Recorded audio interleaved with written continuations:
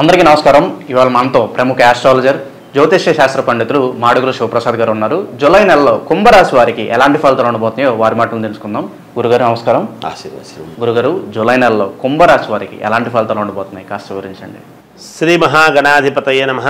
ఐం మహాసరస్వత్యే నమః. శ్రీ లలితాంబికాదేవియే నమః. మాస ఫలాల కార్యక్రమములో భాగంగా ప్రతి నెల కూడా ఈ మాసములో 12 రాసుల వాళ్లకు ఎలా ఉంటుంది, ఏమిటి, ఎలా జరగబోతున్నాయి అనేటువంటి విషయము గురించి మనము ప్రతిసారి చెప్పుకుంటూనే ఉన్నాం.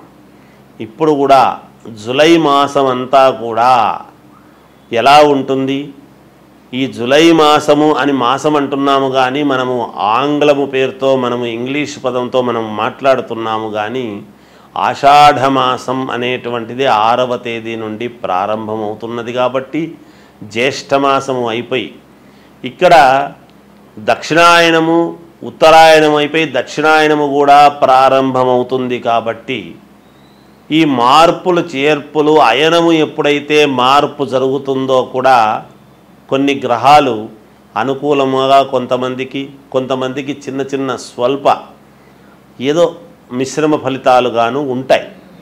అయితే ప్రతి వాళ్ళు కూడా వ్యక్తిగతమైనటువంటి జాతకాలు అనేటువంటివి చాలా అవసరం. ముఖ్యంగా అందరూ ఒకే లగ్నములో పుట్టి ఉండరు కదా.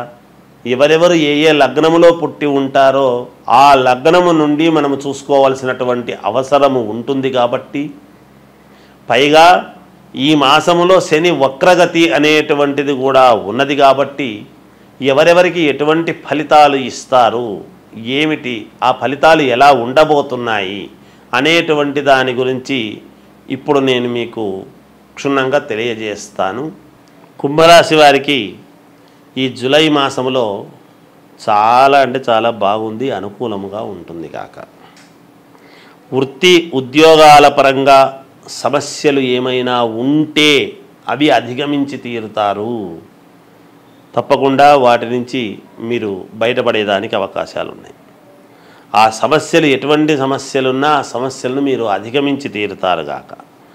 మానసికమైనటువంటి సమస్యలన్నీ కూడా మీకు తొలగిపోతాయి. సన్నిహితుల నుండి ఆహ్వానాలు అందుకుంటారు. విలువైనటువంటి వస్తువులు కొనుగోలు చేస్తారు. వ్యాపారపరంగా సమస్యలు ఎదురైనప్పటికీ ఖచ్చితంగా వాటిని మీరు సమన్వయము చేసుకొని తెలివితో వాటినన్నీ కూడా పరిష్కారము చేసుకొని మీరు ముందుకు అడుగులు వేయటం అనేటువంటిది జరుగుతుంది గాక. దూర ప్రాంత ప్రయాణాలు మీకు చాలా లాభసాటిగా కలిసొస్తాయి. సంతాన యొక్క విద్యా విషయాలలో మీరు దృష్టి పెట్టవలసినటువంటి అవసరము ఏర్పడి చాలా మెరుగైనటువంటి విధానముగా వాళ్ళ యొక్క జీవితము ఉండేట్టుగా మీరు నిర్ణయాలు తీసుకోవటం అనేటువంటి జరుగుతుంది. వాటి యందు చాలా శ్రద్ధ చూపించటం అనేటువంటిది జరుగుతుంది మీ సంతాన విషయములో. అలాగే స్థిరాస్తి వ్యవహారాలు అన్నీ కూడా లాభసాటిగా ఉంటాయి. స్థిరాస్తులకు సంబంధించినటువంటి క్రయ విక్రయాలలో మంచి లాభాలు పొందుతారు మీరు. రుణబాధలు తొలగిపోతాయి. ఎప్పుడో చేసినటువంటి రుణాలు చాలా కాలం నుంచి మేము తీర్చుకోలేకపోతున్నాము అనేటువంటివి ఈ మాసంలో తప్పకుండా తీర్చుకోవడం జరుగుతుంది. కుటుంబ సభ్యులతో విందు వినోద కార్యక్రమాలకు వెళ్ళటము, చాలా సంతోషముగా గడపటం ఇవంతా కూడా జరుగుతాయి. ఆధ్యాత్మిక విషయాలపై దృష్టి సారిస్తారు. ఇతరులకు సహాయ సహకారాలు అందించడం లాంటివి జరుగుతాయి. అనూహ్యముగా సమాజములో పెద్దల నుండి మీకు ఆహ్వానము రావటము, మీరు వెళ్ళటము, ఎప్పుడో కానీ మనల్ని ఇప్పుడు ఎవరు గుర్తిస్తారులే అని మీరు ఎక్కడో ఉంటే అదే పనిగా మిమ్మల్ని వెతుక్కొని వచ్చి మిమ్మల్ని పిలిచి గౌరవించడం అనేటువంటిది కూడా జరుగుతుంది గాక. ఏది ఏమైనా ఆరోగ్య విషయంలో సమయానికి తిండి తినండి, సమయానికి నిద్ర అనేటువంటివి రెండు మెయింటైన్ చేశారంటే కుంభరాశి వాళ్లకు చాలా అనుకూలవంతముగా ఉన్నది. కూర్చున్నటువంటి చోటికి మీరు పనులు చేసుకొని మీకు అందరూ తెచ్చిపెట్టి మీకు మీ దగ్గరికే తెచ్చిపెట్టే విధముగా ఉంటుంది గాక కుంభరాశి వాళ్లకు. ఎప్పటి నుంచో మీరు ఆశించినటువంటి పని, మీ మనస్సులో ఉండేటువంటి పని నెరవేరేటువంటి సమయము ఈ మాసములో ఉన్నది. చాలా సంతోషించి మీ ఆనందానికి అవధులు లేవు అన్నట్టుగా మీకు ఉంటుంది గాక. జయోస్తు. అలా గురుగారు, కుంభరాశి వారు ఎటువంటి పరిహారాలు చేసుకుంటే వీళ్ళకి మంచి ఫలితాలు ఉంటాయి అంటారు? ఎటువంటి పరిహారాలు చేసుకుంటే కుంభరాశి వాళ్లకు మేలు అంటే, మీ ఇంటి దేవుణ్ణి, ఇష్టదేవుణ్ణి ఆరాధించండి, ఆ దేవాలయాలకు వెళ్ళండి, మీకు తగినంత రీతిలో పూజ చేసుకోండి, మేలు జరుగుతుంది. జయోస్తు. జూలై నెలలో కుంభరాశి వారికి ఎలాంటి ఫలితాలు ఉంటాయో తెలియజేసినందుకు ధన్యవాదాలు గురుగారు. జయోస్తు. అందరికీ నమస్కారం. ఇవాళ మనతో ప్రముఖ ఆస్ట్రాలజర్, జ్యోతిష్య శాస్త్ర పండితులు మాడుగుల శివప్రసాద్ గారు మనతో ఉన్నారు. ఆషాఢ మాసం యొక్క విశిష్టతను వారి మాటలోనే తెలుసుకుందాం. గురుగారు నమస్కారం. ఆశీర్వచనం నాయన. గురుగారు, ఆషాఢ మాసం యొక్క విశిష్టతను కాస్త వివరించండి. అలాగే ఆషాఢ మాసంలో చేయాల్సిన పనులేంటి, చేయకూడని పనులేంటి కాస్త వివరించండి గురుగారు. శ్రీ మహాగణాధిపతయే నమః. ఐం మహాసరస్వత్యే నమః. శ్రీ లలితాంబికాదేవ్యై నమః. ఆషాఢమాసము యొక్క విశిష్టత ఏమిటి, ఆషాఢమాసములో చేసుకోవాల్సినటువంటి పనులు ఏమిటి, చేసుకోకూడనివి ఏమిటి అనేటువంటివి సరే ఎంత తెలిసినా ఏదో ఒక అనుమానము, మానవులము సహజము కదా. ప్రతిదీ కూడా మనము సందేహము అనేటువంటిది వచ్చినప్పుడు తెలుసుకోవాలి అనేటువంటి దాంతో అడుగుతూ ఉంటారు. సర్వమానవాళికి తెలిసే విధముగా చెప్పటము మా వంతు కర్తవ్యముగా భావించి తెలియజేస్తూ ఉంటాం. ఆషాఢమాసం అనంగానే ఆషాఢమాసం వస్తుంది కదా, శుభకార్యాలు చేసుకోవటానికి అవకాశము ఉండదు అనేటువంటిది అందరికీ తెలిసిన విషయం. అంటే వివాహాలు, గృహప్రవేశాలు, శంకుస్థాపనలు, మామూలుగా పండితులు వీళ్ళు బ్రాహ్మలు అనేటప్పటికీ ఉపనయన కార్యక్రమాలు, ఒడుగు అంటాం. అలా ఇక్కడ తెలంగాణ భాష వడకలగ్నం అని ఏదో అంటాం. అలా ఉపనయన కార్యక్రమాలు కానీ, శంకుస్థాపనలు, భూమి పూజలు కానీ, ఏదైనా ఒక కొత్త వ్యాపారము ప్రారంభించాలి, చెయ్యాలి అని అనుకుంటే అవన్నీ ఆషాఢమాసము కదా నాయన, ఈ మాసము కాస్త ఆగి చేసుకోవచ్చు కదా అని ఇలాంటివన్నీ కూడా చెబుతూ ఉంటాం. సరే, ఎవరైనా కాన్పులైనారు అనేటప్పటికీ మరి పుణ్యపురుడు కాబట్టి ఇంట్లో పుణ్యాహవాచనము ఇట్లాంటివి ఇవి చేసుకోవచ్చు. ఆషాఢమాసములో చేసుకోకూడనివి అంటే శుభకార్యాలు ఏవి తలపెట్టేదానికి ఉండదు.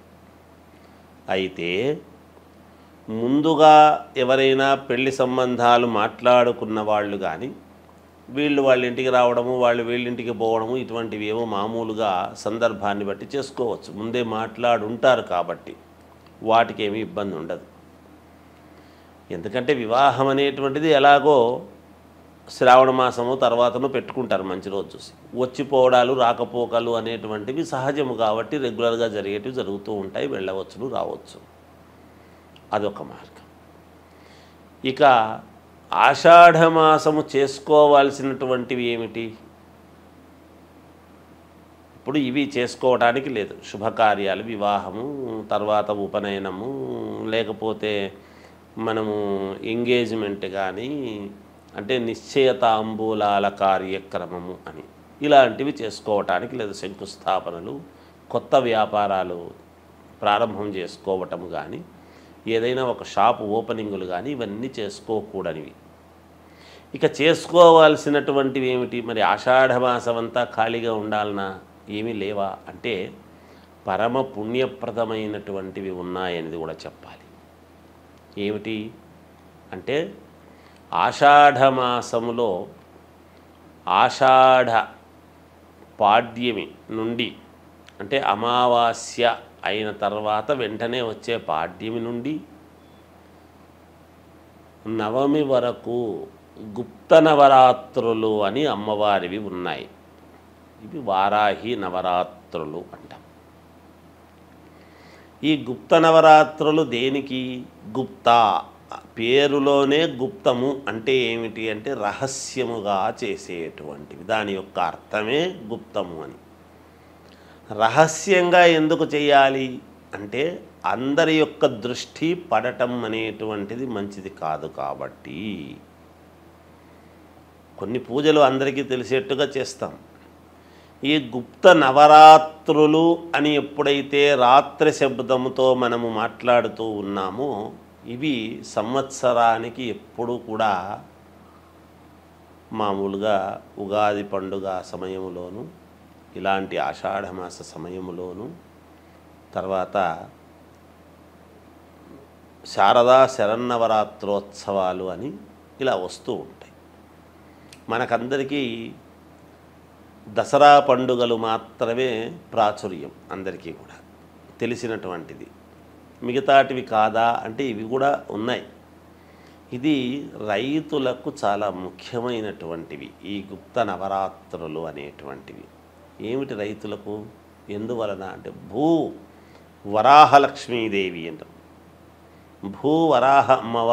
వారాహి అమ్మవారి యొక్క ఇది అయితే ఇవి భూములకు సంబంధించి ఎప్పుడైతే మనము చేస్తూ ఉంటామో, ఏవైనా భూమి తకరారులు ఉండినా, మంచి పంటలు పండాలి అని అనుకునేటువంటి వాళ్లకు మన ఇంట్లో ఎటువంటి కలతలు లేకుండా సస్యశ్యామలముగా నిత్య కళ్యాణం పచ్చతోరణములాగా ఇల్లు ఎప్పుడూ కూడా కళకళలాడుతూ ఉండాలి అని అంటే కానీ ఈ పూజలు చేస్తూ ఉంటారు.